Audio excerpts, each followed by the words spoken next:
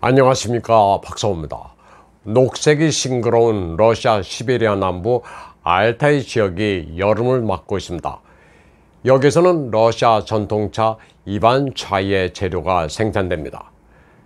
여름이 계속되는 동안 사람들이 일일이 손으로 차를 채취합니다. 매년 7월, 8월이 되면 초원에 파이어윗, 분홍 바늘꽃이 개화합니다. 파이어윗의 줄기에서 3분의 1 정도의 잎을 채취합니다. 나머지 잎이 있어야 내년까지 식물이 생존할 수 있기 때문입니다. 이렇게 채취한 차잎은 그늘에서 4시간에서 6시간 정도 말립니다. 그리고 나서 손으로 차잎을 뭉쳐서 맙니다. 덩어리를 만들기 위한 손놀림이 정성스럽습니다. 이런 과정을 거친 뒤 다시 햇빛에 잠깐 건조시키면서 발효 과정을 시작합니다. 차가 익어가자 다시 저온 건조 창고에서 2-3일을 보관합니다. 꽃잎까지 한데 버무려 향을 입힌 뒤 다시 자연 건조 과정에 들어갑니다. 건조돼서 이틀 정도를 말립니다. 그리고 나서 다시 풍미를 새롭게 하기 위해 최종 베이킹 과정을 거칩니다. 이반 차이는 1917년 러시아 혁명 이후 명맥이 끊기게 되는데 이를 다시 복원하고 있습니다. 이반 차이는 일종의 약초차로 카페인이 전혀 없습니다. 심신이 지칠 때 안정 효과를 주며 숙면도 돕습니다. 또 소화에도 좋고 간, 방광, 신장, 남성 전립선 건강에도 도움을 주는 것으로 알려져 있습니다.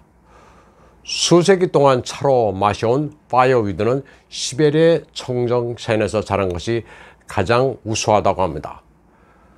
푸틴이라고 하면 서방 세계에서는 방사능 홍차, 독극물이 든 홍차라는 비방을 하는데 그가 진짜 선호하는 차는 이반 차입니다. 그런데 마침 블라디미르 푸틴 대통령이 코카콜라의 대용으로 이반 차이를 적극 밀고 있습니다. 시베리아의 이반 차이가 첨가제 범벅인 소다 음료 코카콜라보다 훨씬 좋다는 겁니다.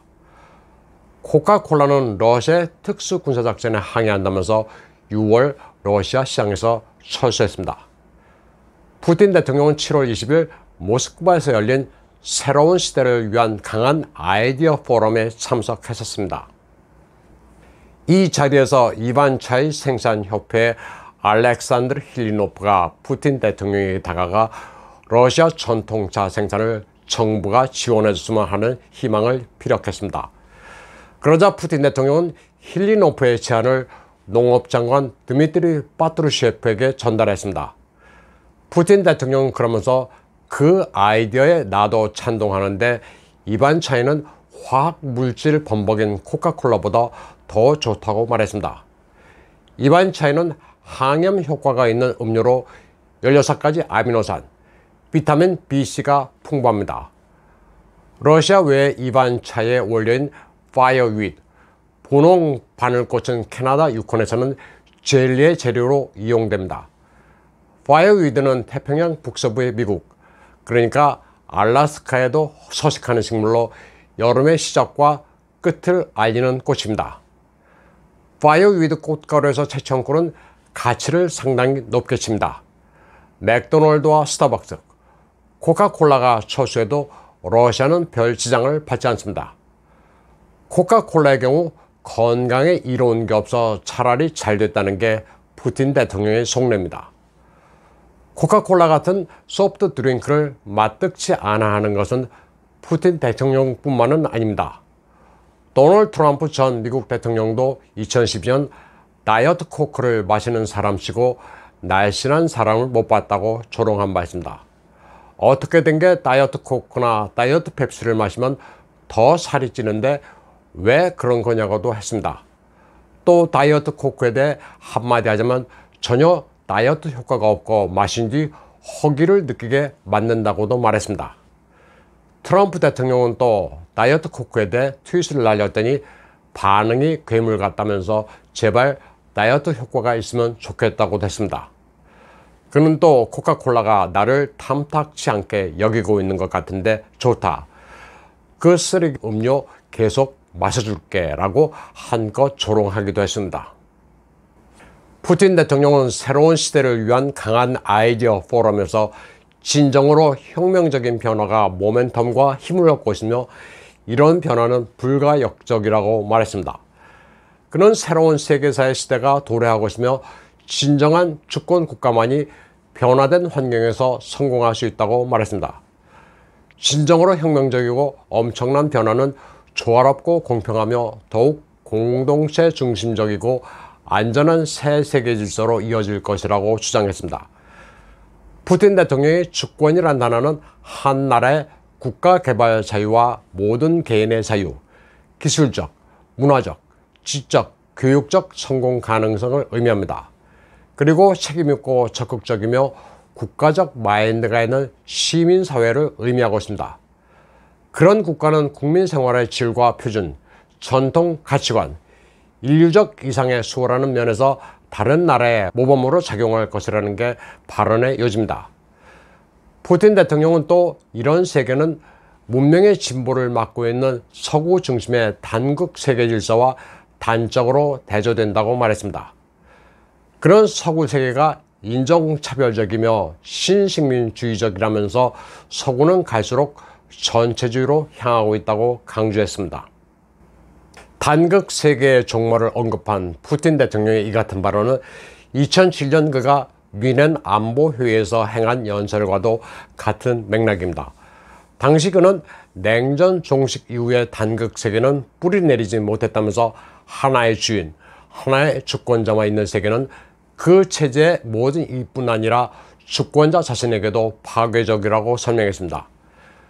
푸틴 대통령은 미국이 국제법의 원칙을 소홀히 하고 있다고 비난하면서 일방적이고 빈번하게 불법적인 행동을 저지름으로써 어떠한 문제도 해결한 적이 없다고 주장했었습니다. 푸틴 대통령은 새 시대를 위한 강한 아이디어 포럼에서 기침을 하기도 했습니다.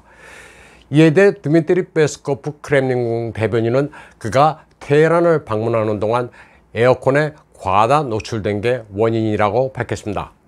밖은 40도 정도로 덥지만 실내 에어컨 아래는 쌀쌀해 목소리가 허스키해졌을 뿐 별 문제가 아니라고 말했습니다.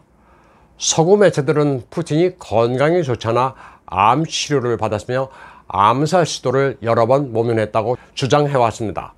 서구 매체들은 또 키릴 부다노프 우크라이나 국방정보국장을 이용해 푸틴 대통령의 수명이 얼마 안 남았다고도 주장해왔습니다.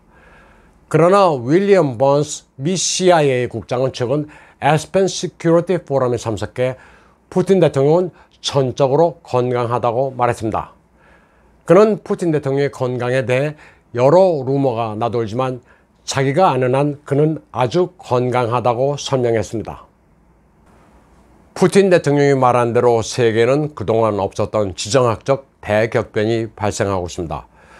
미국의 바이든은 사우디아라비아를 방문해 원유 증산을 요청했지만 건진 게 하나도 없었습니다. 사우디아라비아가 주도하고 러시아가 같이 하는 오펙 플러스에서 푸틴이 완승을 거뒀습니다. 미국의 페트로달레 근간이 붕괴되고 있습니다. 바이든의 방문 직후 푸틴은 사우디아라비아를 방문했습니다. 사우디아라비아는 전력 생산 용도로 러시아산 정제유 수입을 2배 늘리기로 하면서 미국에 일격을 가했습니다. 전통적인 친미 국가 사우디아라비아가 완전히 러시아 편이 됐습니다. 중동에서 푸틴은 이란과도 급속도로 뭉치고 있습니다. 시아파의 대표주자인 이란과 수니파의 대표인 사우디아라비아가 푸틴의 중재로 화해라도 하게 되면 미국의 중동 패권은 완전히 붕괴될 가능성이 높습니다. 푸틴 대통령은 이란 테헤란을 방문해 러시아, 이란, 터키 3자 정상회담도 가졌습니다. 러시아와 이란은 인도까지 이어지는 INSTC 국제남북교통회랑을 급속히 활성화하고 있습니다. 발트해, 지브롤터 해협, 수에즈 운하로 이어지는 기존 물류 항로를 완전히 대체하는 INSTC로 그레이트 게임을 성공적으로 수행하고 있습니다. 여기에는 투르크 세계의 맹주로 나토에도 한 발을 걸치고 있는 터키도 관심을 보이고 있습니다. 터키는 우크라이나 전쟁에서 러시아군의 피해를 입힌 무인 공격기를 우크라이나에 제공한 국가입니다. 그러나 무기 거래는 국제관계의 큰 틀에서는 아주 작은 티끌에 불과합니다. 터키나 러시아나 지정학적으로 서로가 너무나도 중요합니다. 푸틴 대통령은 에너지 자원 부국들을 모두 비서구 러시아 편으로 끌어들이는데 대성공을 거두고 있습니다. 다극화로 향하고 있는 이 같은 국제질서의 변화는 푸틴 대통령이 말한 대로 불가역적, 다시 되돌리기가 불가능한 시대적 조류입니다. 오늘 방송은 여기까지 하겠습니다. 시청해주신 여러분 감사합니다.